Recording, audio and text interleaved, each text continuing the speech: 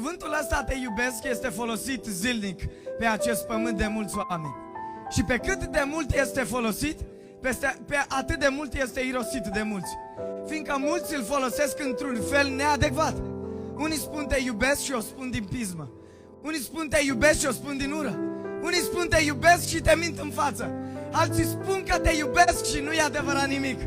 Dar sunt două persoane pe pământul ăsta care când îți spun te iubesc, nu poți să nu-i crezi.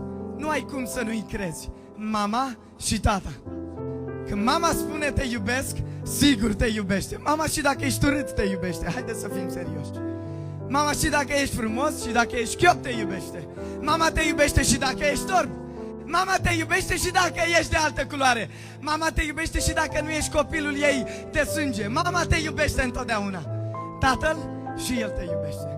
Tatăl când spune te iubesc, el foarte greu tații parcă spun te iubesc. Dar când spune te iubesc, te iubește din toată inima. Felul feminin de a spune te iubesc sau de a-ți arăta că te iubește este prin declarații. Felul feminin întotdeauna femeile spun te iubesc, mamă. Dar tatăl parcă e un pic mai diferit la tați. Noi tații dăruim. Felul de iubire care îl avem noi, la noi parcă e să dăruim. Noi când iubim pe cineva le dăm o floare.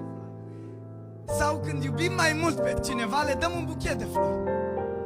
Dar caracteristica Dumnezeului nostru, Tatălui nostru ceresc, ascultați ce spune cuvântul lui Dumnezeu. Fiindcă atât de mult a iubit Dumnezeu lumea încât a dat. Fiindcă caracteristica lui de tată este să dea. Și nu decât că a spus că dă. Că și femeia și bărbatul din Dumnezeu provin. Și Dumnezeu a dat. Iar apoi a spus te iubesc.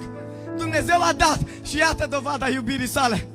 Dovada iubirii Domnului Iisus Hristos stă în fața voastră. Fiindcă Domnul domnește în dragoste.